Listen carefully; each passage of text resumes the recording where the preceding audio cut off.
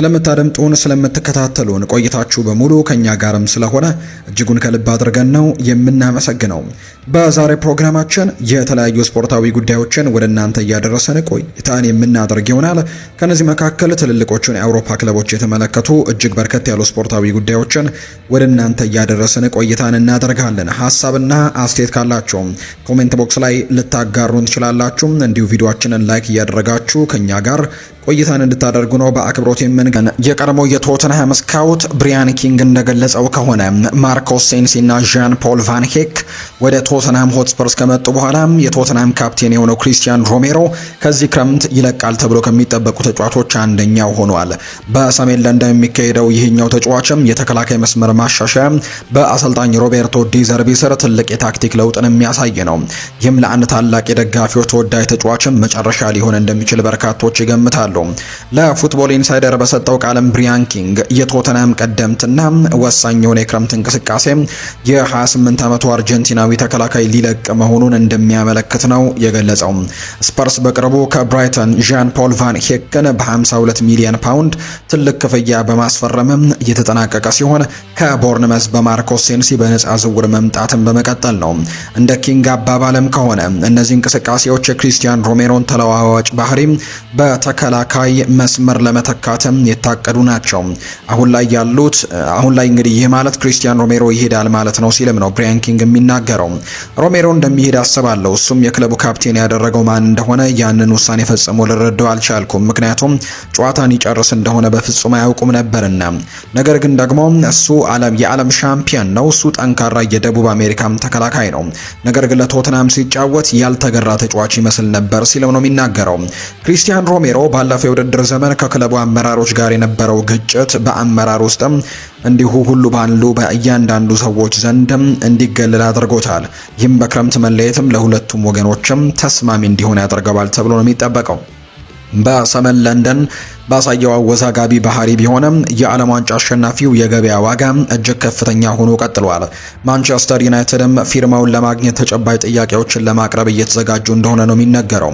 ከፍተኛ ደረጃ ያላቸው አርጀንቲናውያን ጋዜጠኞች እንደሚያረጋግጡት ማንቸስተር ዩናይትድ ክሪስቲያን ሮሜሮን ከብሔራዊ ቡድን አጋሩ ሊሳንድሮ ማርቲኔዝ ጋር በኦልትራፎርድ ለማጣመር ዋና ተከላካይ ኢላማ አድርገው እንደሚመለከቱት ነው የሚያረጋግጠው። ከሌሎች ከፍተኛ ክለቦችም ፍላጎቶች ያሉ አትሌቲኮ ማድሪድ ዲየጎ ሲሞኔ የሀገሩ ልጅ ትልቅ አድናቂ በመሆናቸው ተከላካዩን ለማስፈረም ለረጅም ጊዜ ፍላጎቱ ነበራቸው። ባርሴሎናም ከክሪስቲያን ሮሜሮ ጋር ተያይዟል። ዴኮ የስፐርስን ኮከብ ለማስፈረምም ጉጉት እንዳለው ነው የሚነገረው። ይህ በእንዲህ እንዳለ እሱን ለማስፈረም ለረጅም ጊዜ ፍላጎት የነበራቸው ሪያል ማድሪድ ዳግም ስማቸው ተያይዟል። አዲሱ አሰልጣኝ ጆዜ ሞሪኒዮ የቀድሞ ክለባቸውን እንዲሁ አርጀንቲናዊውን ለማስፈረምም እንደፈለጉ ጭምር ነው የሚነገረው። የሞናኮ አጥቂ የሆነው ፍሎሪያን ባሎገን በዚህ የክረምት ተጫዋቾች የዝውውር መስኮት ዋና ርዕስ ከሚሆኑ ተጫዋቾች አንደኛው ሊሆን እንደሚችል ይፋ ተደርጓል። የ24 ዓመቱ አጥቂም አዲስ ፈተናን ለመሞከር ያለውን ፍላጎት ለክለቡ ያሳወቀ ሲሆን ይህም በአውሮፓ ከሚገኙ በርካታ ታላላቅ ክለቦችም ፍላጎት እንዲፈጠር አድርጓል። ምንጮች ለከቼንድ ኦፍሳይድ እንደገለጹት ሞናኮ ለፍሎሪያን ባሎገን ከ50 እስከ 55 ሚሊዮን ዩሮ አካባቢ እንደሚጠይቁን የተገለጸው ይሄ አሃዝ እንደ አውሮፓውያኑ አቆጣጠር በ2023 ከአርሰናል በ30 ሚሊዮን ዩሮ ከተዘዋወረበት ጊዜ ጀምሮ ዋጋው በከፍተኛ ሁኔታ መጨመሩን የሚያሳይ ነው።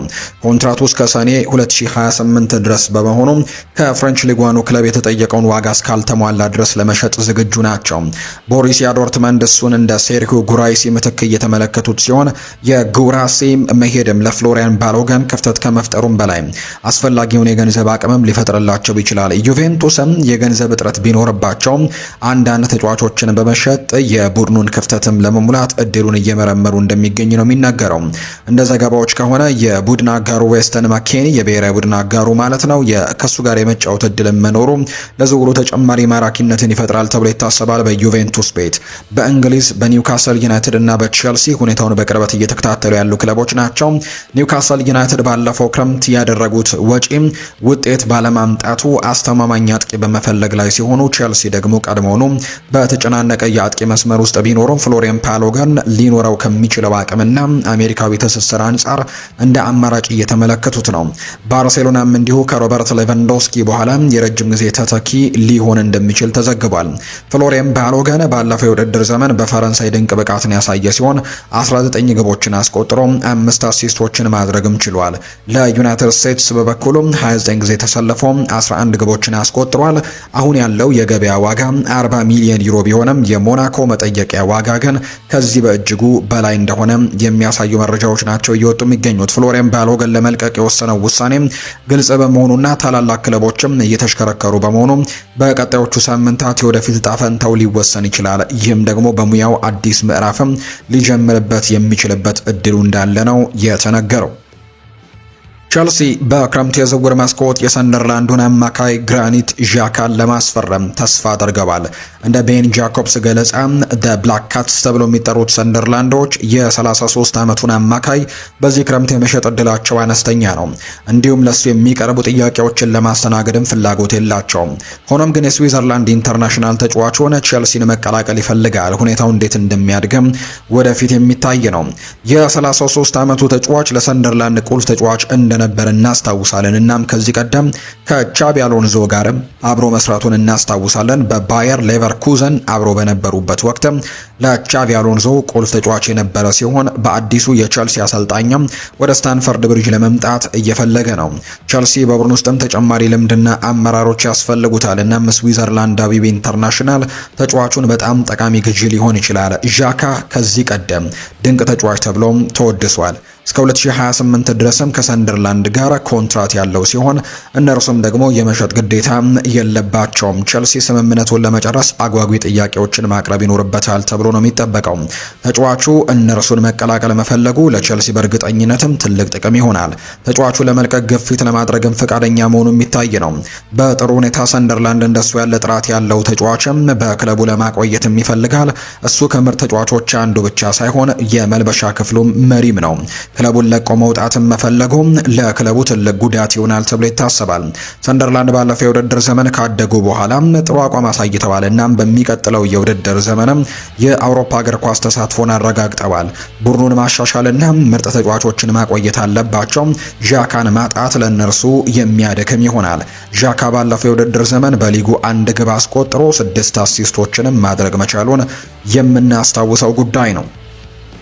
ቶተንሃም ሆትስፐርስ በዚህ ክረምት ሳንድሮ ቶናሊን ከኒውካስል ዩናይትድ ለማስፈረም እየፈለጉ ሲሆን ስምምነቱን ለመጨረስ በክለቡ ታሪክ ከፍተኛው የሚባል የዝውውር ዋጋንም ማቅረብ ሊያስፈልጋቸው ይችላል። እንደ ቲም ቶክ ዘገባ ከሆነ ስምምነቱን ለመቋጨትም ወደ 100 ሚሊዮን ፓውንድ የሚጠጋ ድንቅ የዝውውር ዋጋም ለማቅረብ እየተዘጋጁ ነው። ሮቤርቶ ዲዘርቢ በክረምቱ ትልልቅ ዝውውሮችን ለመፈጸም እያቀዱ ሲሆን ሳንድሮ ቶናሊ እንደ ዋና ኢላማ ለይተውታል። የ26 ዓመቱ ተጫዋች ኒውካስልን ከተቀላቀለበት ጊዜ ጀምሮ ድንቅ ብቃትን እያሳየ ሲሆን በቶተንሃም ተመሳሳይ ትልቅ ተጽዕኖ መፍጠርም ይችላል።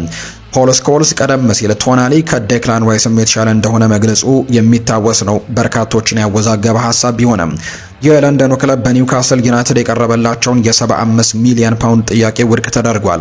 የስምምነቱን ለማጠናቀቅም በአዲስ ጥያቄ ለመመለስ ተዘጋጅተዋል። ይህ ደግሞ በክለቡ ታሪክ ከፍተኛው የዝውውር ዋጋ ይሆናል እና በዚሁ አዲስ ጥያቄ ኒውካስልን ማሳመን ይችሉ እንደሆነ ወደፊት የሚታይ ነው። ይህ በእንዲህ እንዳለ ስለ ዝውውሩ ከተጫዋቹ ወኪሎች ጋር አዎንታዊ ንግግሮችን ያደረጉ ሲሆን ጣሊያናዊውም ክለቡን ለመቀላቀል ፈቃደኝነት አሳይቷል።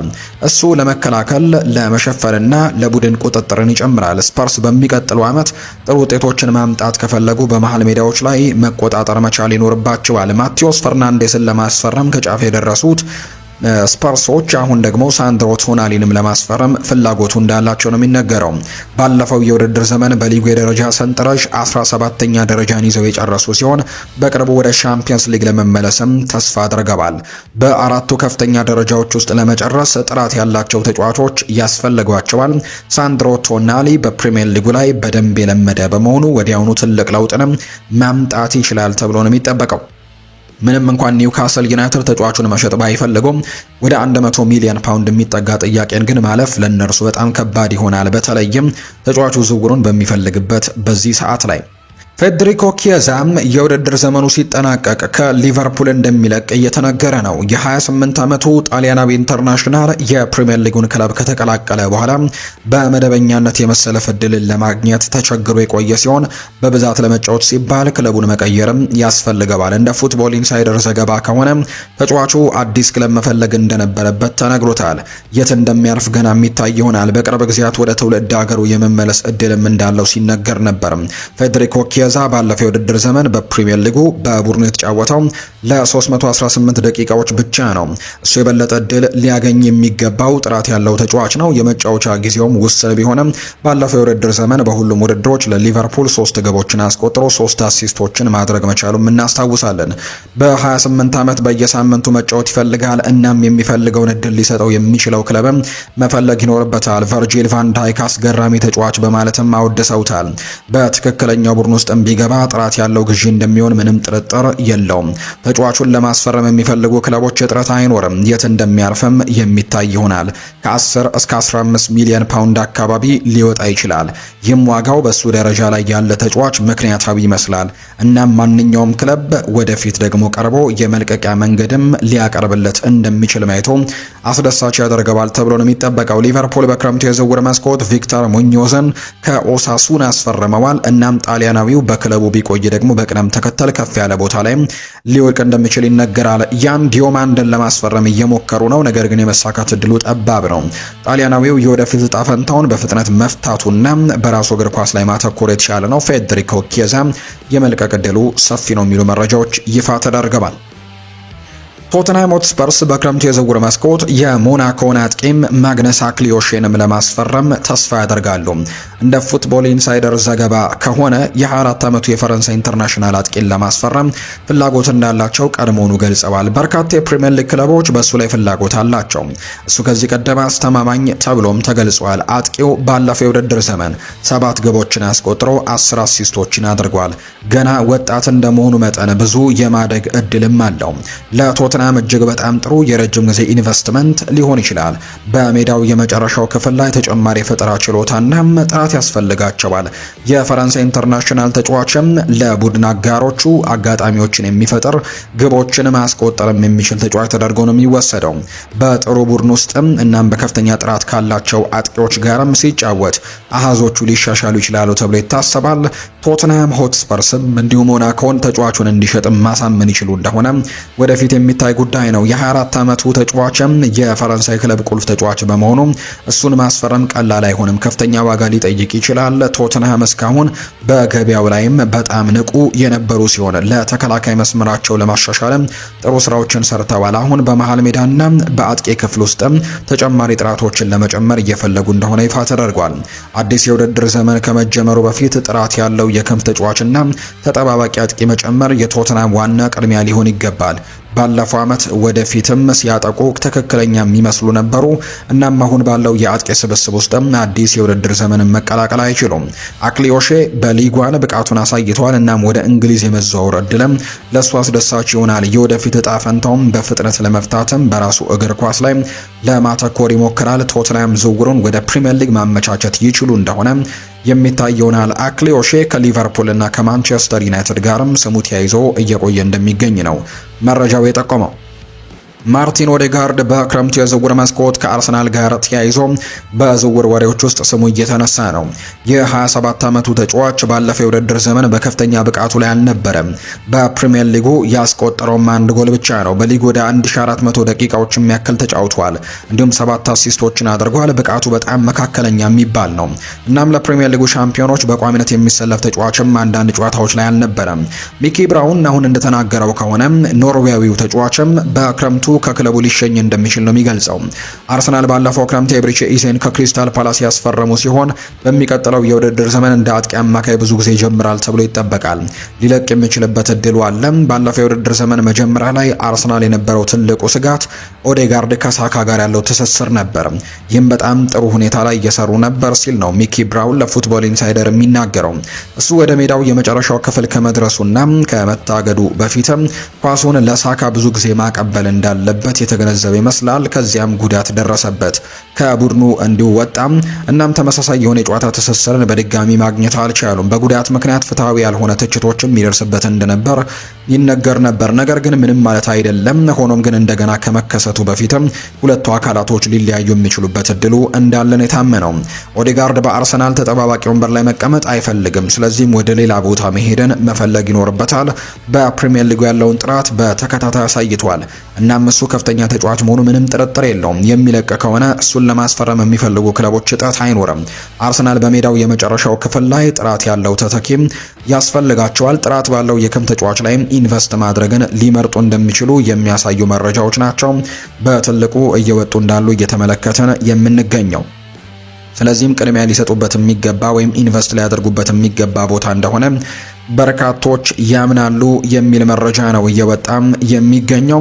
ከዛ ውጭ ግን ሌላኛው የ27 ዓመቱ አማካይን መሸጥ የበለጠ ለማሻሻል የሚያስችል ገንዘብን ሊያመጣ ይችላል። በተጨማሪም ጥራት ባለው አጥቂ ላይ ኢንቨስት ማድረግ ይኖርባቸዋል። በሚቀጥሉት ሳምንታት ለዚህ ተጫዋችም የሚሆኑ ጉዳዮችን በስፋት እንሰማበታለን ተብሎ እንደሚጠበቅ ነው የመረጃ ምንጩ ይፋ ያደረገው።